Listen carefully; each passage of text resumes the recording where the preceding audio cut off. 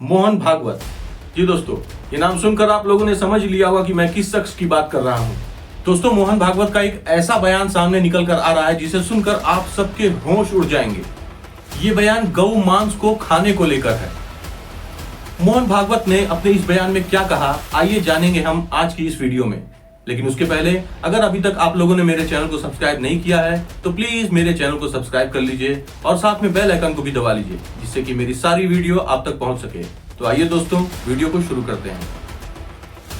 दक्षिण भारत का इकलौता राज्य कर्नाटक हारने के बाद कथित तौर पर ये आरएसएस और बीजेपी वाले इतना बौखला जाएंगे, कभी किसी ने नहीं सोचा था।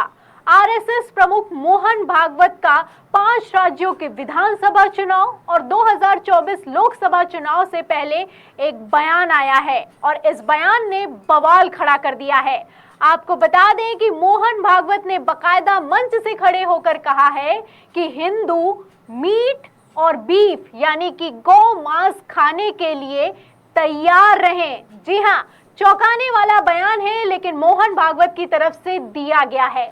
जब से ये बयान दिया गया है तब से कांग्रेस ने तो बवाल खड़ा कर दिया है। कांग्रेस ने कैसे आरएसएस को घेरा है आपको बताएंगे, लेकिन पहले खबर में सबसे पहले आरएसएस प्रमुख मोहन भागवत ने मंच से खड़े होकर क्या बयान दिया है वो बयान बताते हैं। खबर आप देखिएगा नेशनल हेराल्ड की। देखिए, इसमें लिखा है कि सफर for 200 years and be ready to atone for 2000 years of caste discrimination। यानी कि 200 साल तक आप लोगों ने कष्ट सहे और अब आगे आने वाले 2000 साल तक जातिगत भेदभाव का प्रायश्चित करने के लिए तैयार रहिए। ये एक छात्रावास में मोहन भागवत लोग संबोधित कर रहे थे, तब उन्होंने कहा कि हमें जातिगत भेदभाव को मिटाना है और किसी भी तरीके से मिटाना है, चाहे उसके लिए फिर हिंदुओं को बीफ क्यों ही ना खाना पड़े। इतना बड़ा बयान है मोहन भागवत की तरफ से दिया गया है।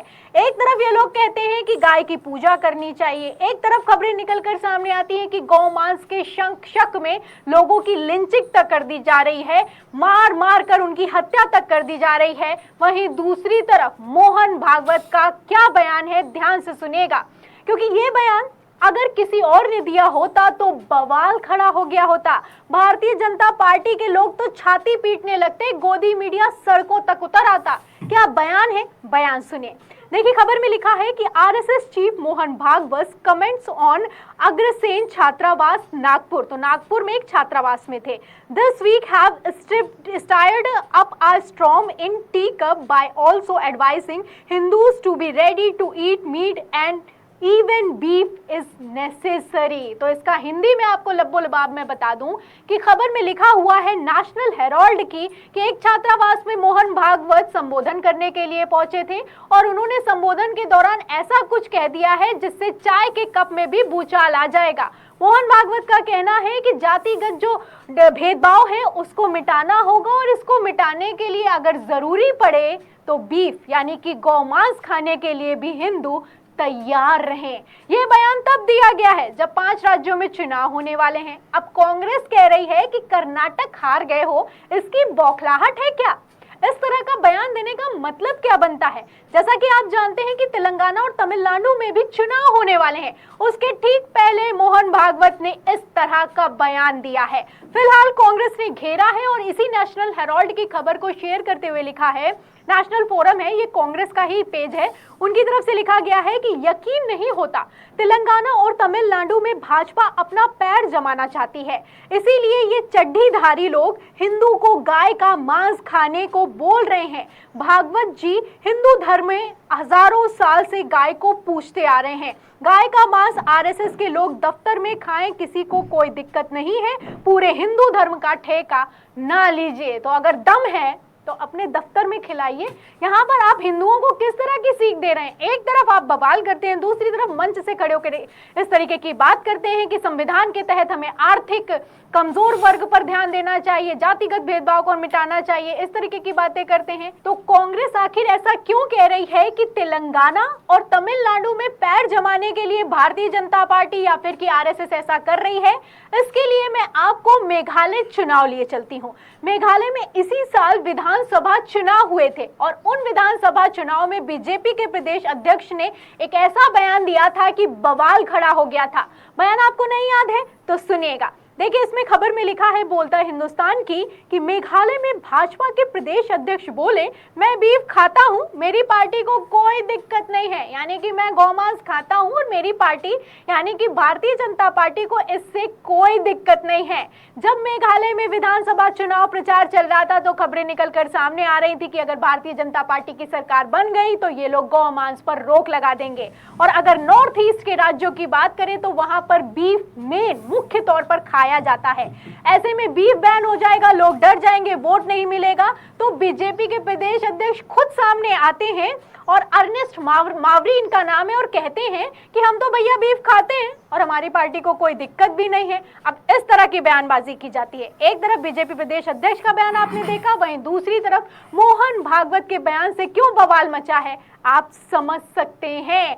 फिलहाल आपको मेघालय के चुनाव में क्या हुआ वो भी बता देती हूँ, उस पर वापस भी लौटते हैं कि बीजेपी प्रदेश अध्यक्ष इस तरीके का बयान दिए कि बीफ खाते हैं, बीफ खाने से कोई दिक्कत नहीं है। उसके बावजूद भारतीय जनता पार्टी की मेघालय में क्या हाल हुआ आपको नहीं याद है तो वो भी दिखा देती हूँ।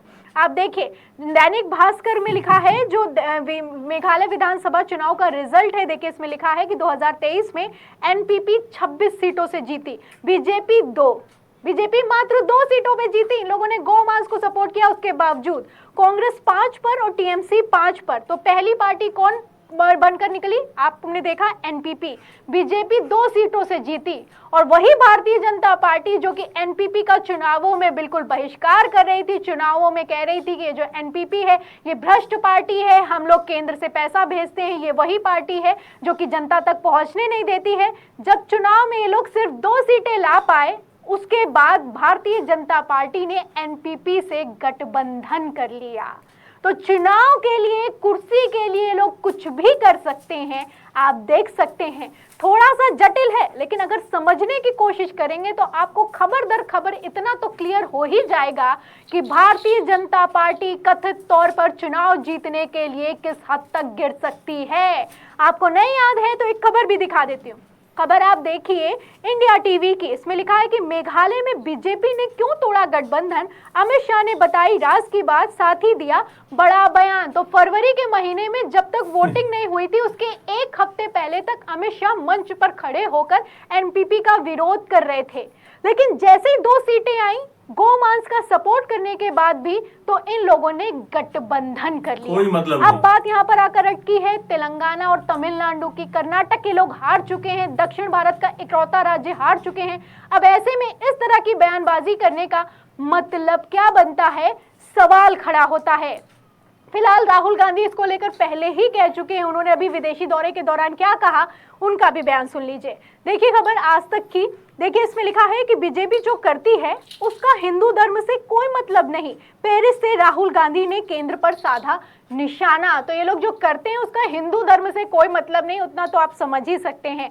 वोट के लिए और कुर्सी के लिए किसी भी हद तक जाया जा सकता है क्या, सवाल खड़ा होता है। राहुल गांधी भी कहते हैं कि किसी को आतंकित करना, डराना, धमकाना हिंदू धर्म हमें नहीं सिखाता, जो कि भारतीय जनता पार्टी करती है। फिलहाल इस पूरी खबर पर और सबसे मेन पॉइंट इस खबर का यह है कि मोहन भागवत के इस बयान पर आप क्या सोचते हैं। तो दोस्तों सुना आप लोगों ने। दोस्तों आपका इस बयान को सुनकर आप लोगों के मन में क्या विचार है हमें कमेंट में जरूर बताएं। आज के लिए बस इतना ही।